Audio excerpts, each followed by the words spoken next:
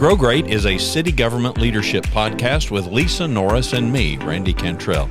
Each week we share insights, experiences, and wisdom to help you and your leadership grow great. Our website is growgreat.com.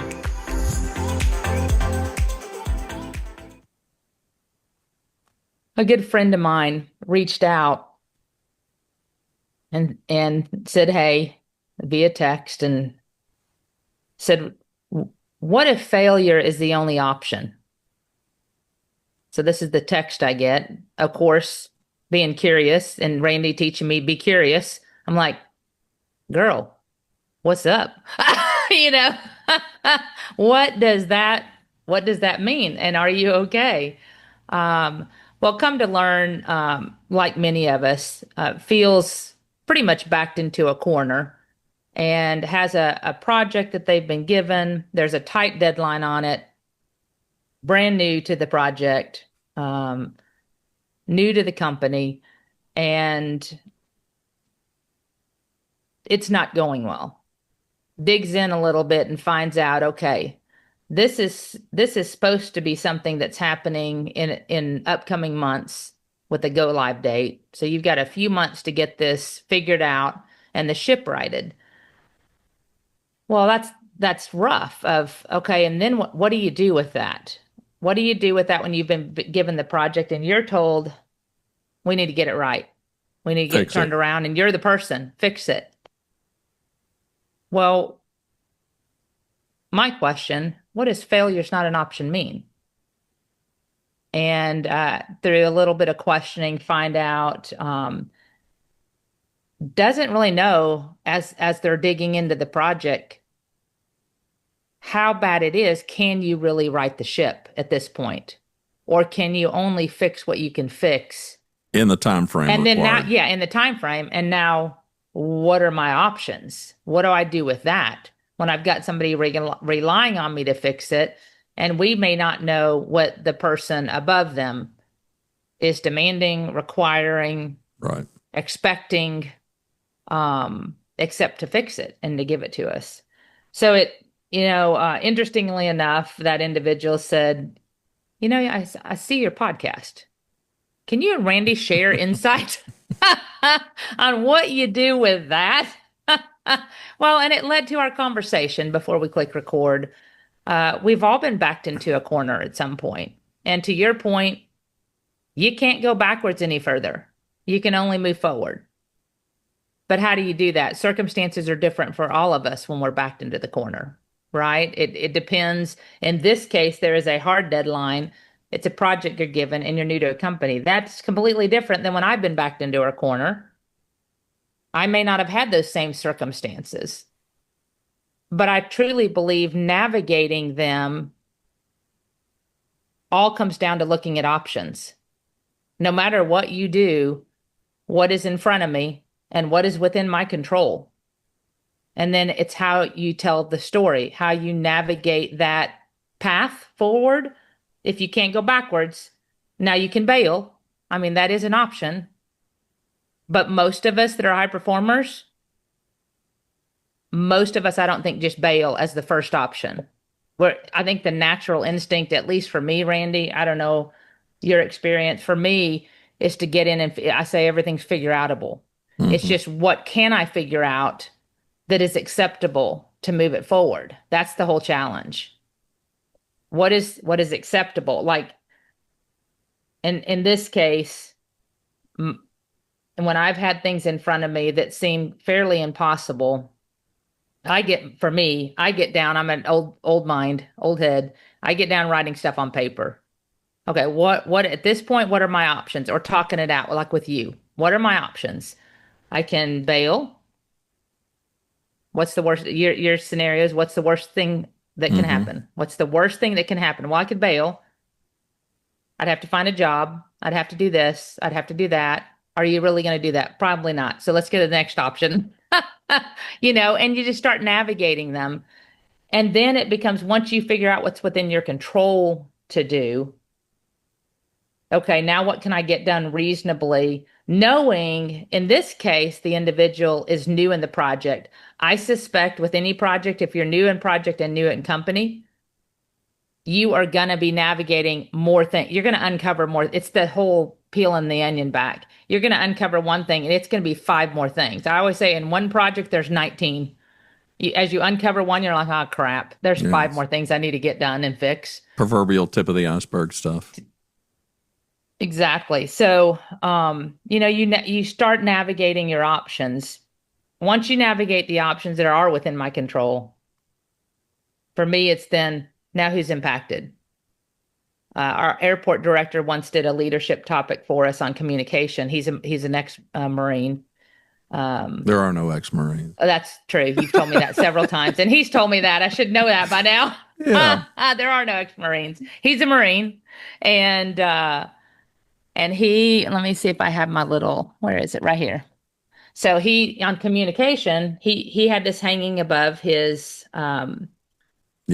Above his office, and it says, "What do I know? Who needs to know? And have I told them?"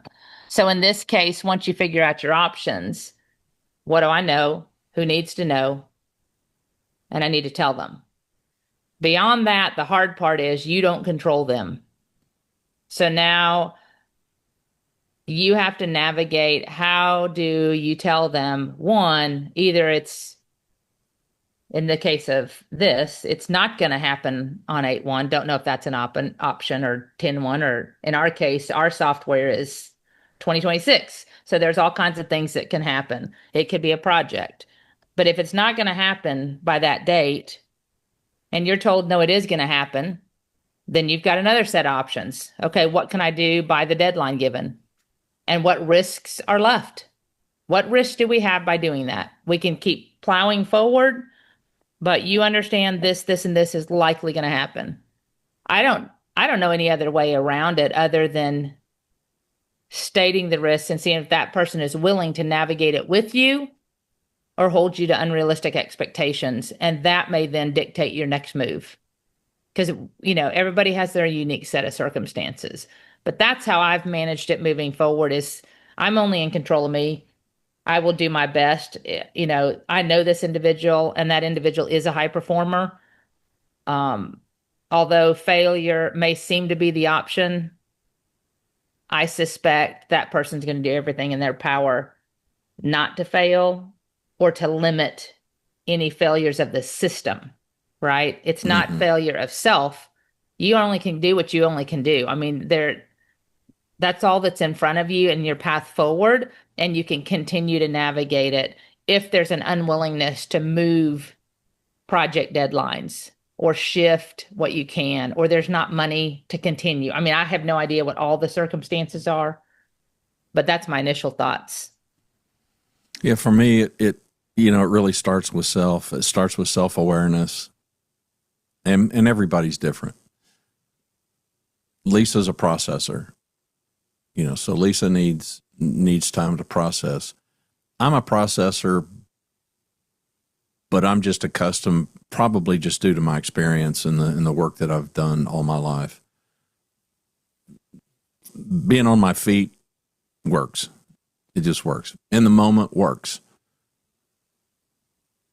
So I've got to just pay attention to being present and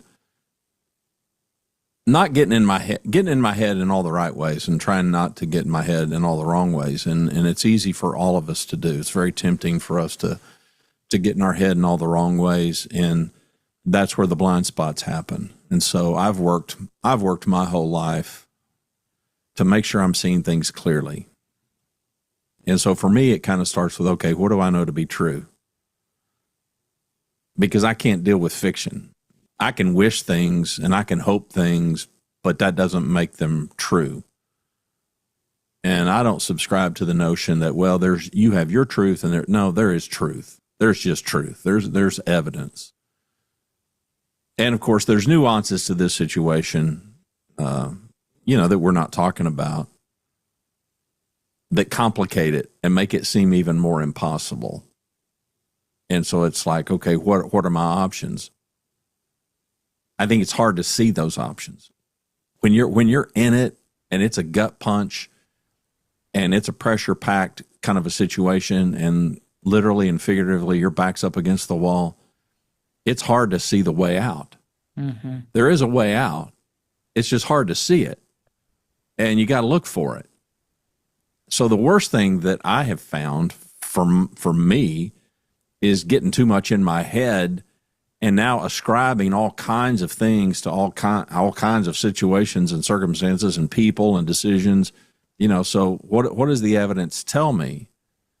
And if the evidence tells me things that are not congruent with my viewpoint, well, better said, if they're not congruent with my philosophy, if they're not congruent with the way I want to live my life, for me, those are deal breakers. To your point, no, I don't think high performers first think about hitting the eject button because we don't want to quit. We don't want to quit. We want to conquer, not quit. Mm-hmm. But sometimes you can't conquer.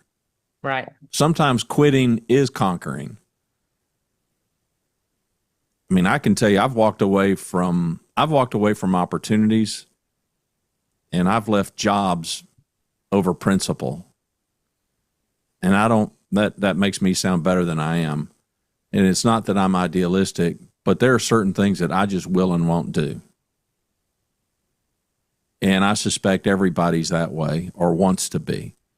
So what are you willing to compromise? What are you not willing to compromise? And that's where I think all of this is so internal. It's so in our head, and it's something that we have to wrestle with and figure out what may be a deal breaker for me, what could be a circumstance for me that looks like failure is the only option. But why? Why is failure the only option? And let's define failure. And in this case, failure is, well, okay, we're not going to hit a target date. It's not going to happen. There's all kinds of reasons that it's not going to happen.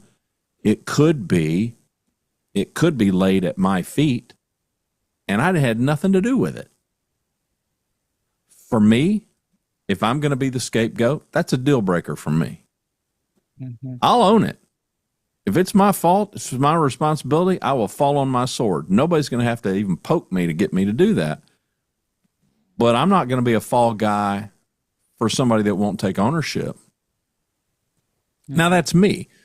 So I think that's where individually this whole back against the wall and what's the best way out, I think you just have to get really in tune with yourself. Man, if we could improve our self-awareness, mm-hmm. we would all be so much better off. And if we could really, really, really, really, really be true to ourselves, because we get in these kinds of situations and we tend to want to compromise. And I get it for a variety of reasons. I don't want to hit eject. Maybe it's a good job. I want this job. I need this job. Maybe it's financial. You have to have the financial resource. Correct. To pay your bills. Yeah. And so I get it. So I'm not making any judgment on it. But you're looking at somebody even when I was young and the jobs weren't much, I got hired away from one stereo shop by another stereo shop when I was just a teenager. And my first day on the job at the new place, and this is back when, you had display cases for some really high-end stuff. And so, mm-hmm. Every sales guy had keys to it so you could show this stuff off to customers. I've been there maybe 2 hours. The owner comes in. I'm waiting on a customer. I'm showing some student at LSU a piece of furniture that holds stereo equipment or something. And the owner walks up to me. The general manager had hired me. And he said, "You the new guy from XYZ stereo shop." And he named where I had previously worked. And I said, "Yes, sir." Now the customer is looking at me like, what is going on here? And he said, "Well, here at XYZ shop, we don't work like you work back over there. We get them in the door, we get them out the door." Well, of course, at this point, my customer has sleeked off. And I looked at him, and I didn't say a word. He walked away. I had no job.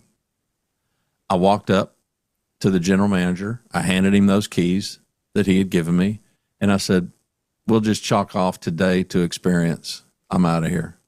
And I left. For me as a person that was even a 17-year-old guy, which is what I was at the time, I was so fixated on customer service, and I'm like, this is how this owner is going to work this. This is how this operation works. I didn't know that. Now that I know that, I'm not working for that.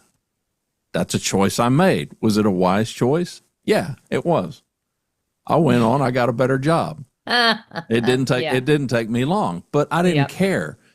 Now, easy to do when you're 17, but I've done it when I had a wife and 2 kids too. So I'm not judging it. You just have to figure that out, because when it looks like why is failure the only option? Is it you failing is the only option? You failing is never the only option. No. The situation appearing like a failure may not, it may be that there's no option there. Usually that is because a superior is making it so. My argument would be, are you good with that? If you're good with your boss putting you in a situation where there is no hope of success, are you okay with that? And if you are, I salute you. I'm not. And I got a newsflash for you. No high performer is going to be good with it for long. Mm-hmm. They're just not. You can talk yourself into and out of things 8 ways to Sunday, but eventually you have to pay the piper, because eventually it takes a toll on your soul and you're like, I just can't do this anymore. Yeah. To me, intelligence is worth the price. It's worth knowing. It's better to know than not know. So the person can say, well, I don't want to find out if I have cancer. Mm-hmm. Yes, you do. No, I'd rather not know. No, you'd like to know, because many, many, many, many cancers are curable. You need to know. And the sooner you know, the better, because now you know what your options are. It's no different in our careers. The sooner I know things, the quicker I can find things out about my team, my peers, my boss. Project. Anything. It tells me things. It gives me some context, and now I can look at my life and what's important to me and think, okay, does this fit? May not fit. Yeah. I found out in 2 hours that, okay, I'm not going to fit here. You may take a job, and in the first week, you may find out things that you had no idea. Yeah. When you took the job. It may be a year, and you may find out things. And as we find these things out, I think this is where we just we got to be really comfortable with who and what we are and what we want to be and what we're trying to be. And if it fits, great. And that's a whole nother topic for another day, but figuring that out can be really, really hard. And it's each experience when we talk about this. Every time your back's against the wall, no matter the person, the issue, the circumstance, the challenge with this topic is it's an individual issue that only you can navigate. You can get insights, you can get opinions, but nobody else is living in the exact circumstance that you're living in. So to your point, it has to be based on your principle, your set of facts, what you do know, and the path forward and what that looks like. And does it match? When you talk about failure, I don't know if it's not necessarily a failure of self. It's a failure of the circumstances. It's a failure. It could be the project. It could be another person over you. There's some things that within a failure that you cannot control, but is it really your failure? And to me, it's not really your failure. You have choices before you of what you can and can't control. And you have to navigate that in that set of circumstances and determine what can I do and what can't I do. And truth, I think you have to share the truth, and that's going to determine your next step. For me, each set of circumstances, when I've had my back against the wall, they are completely different. The players are different. The project is different. The circumstances are different. And each one of those you have to navigate in that moment And our personalities impact us. Our integrity impacts us. Our choices impact us. And it's different every time your back's against the wall as to what choices I have that I can realistically make at that time. Right. And it may not be because it's your issue. It may be somebody else's issue. And you're having to navigate, does that match my set of values? To your point, Randy, to your principles. Those are decisions that have to be made in that moment that could be completely different than something you had to do last year when your back was against the wall. It's just very unique to that person. And that is where, from what you've taught us and what we teach at our Grow Me Grand class, that's where curiosity counts. That's where understanding and getting knowledge and understanding of their circumstance. If they were to ask me, how can I help them? How can I help understand what they're going through and provide clarity for them? Not tell them how to do it or what to do, but provide clarity. Okay, ask questions so that they can navigate it in that set of circumstances they're living with in that moment. Well, fog and out of focus. So before Lisa and I recorded, she said, you're fuzzy today. I wake up fuzzy every day. Don't we all, sir? I think it's age. Yeah, but so I've got this autofocus, and I was out of focus. And that's what I think we have to avoid. All of us have to avoid. And it's crazy hard. Yeah. There's nothing easy about it, but it's very worthwhile. So put in the work to make sure that you're seeing things clearly, which is why I'm a huge proponent of evidence-based leadership. So what do we know to be true? What does the evidence tell us? Well, if the evidence tells us, so take my example, evidence told me that I had taken a job with an owner that clearly stated his philosophy of get shoppers in the door and get them out the door. And he did that. He told me that in front of a shopper. So there's my evidence. My evidence is I'm not working for a man who owns a company that gives a hoot about customer service. Guess what was important to me, even as a 17 who had been selling stereo equipment for 2 years? I cared about customer service. I just did. I still do. He doesn't. Am I going to change that? No. There's my evidence. That's the only evidence I needed in that situation. Mm-hmm. Other situations are way more complicated, and I get it. But let's just follow the evidence. What is the evidence? This is where we get in this fog of war in the moment, and we don't see things clearly, and we start ascribing things, and we start creating things, and we start assuming things, and there's no evidence of it. And that robs us of being able to see things clearly and take advantage of opportunities that could be there. Before we hit the record button, Lisa and I were talking about, and you've heard us say it before, but it bears repeating. It's in the middle of these storms where the opportunities are. They just are. It'd be great if we could all just plant our flag at the top of the mountain and, man, life's great and this is where all the learning happens. No, learning happens. Happens through the storm. Yeah, because we're down at base camp and there's a big stinking mountain we want to climb, and it's going to be difficult and it's going to be hard, but man, it's going to feel great once we get to the top. Mm-hmm. And that's the life. So we can sit here and we can fictionalize that journey all we want, but we've got to be truth tellers to ourselves, to what Mark, your airport director, put in what he learned in Marine leadership training. We got to be truth tellers. And first and foremost, we got to be truth tellers to ourselves. Mm-hmm. What am I seeing this for what it really is?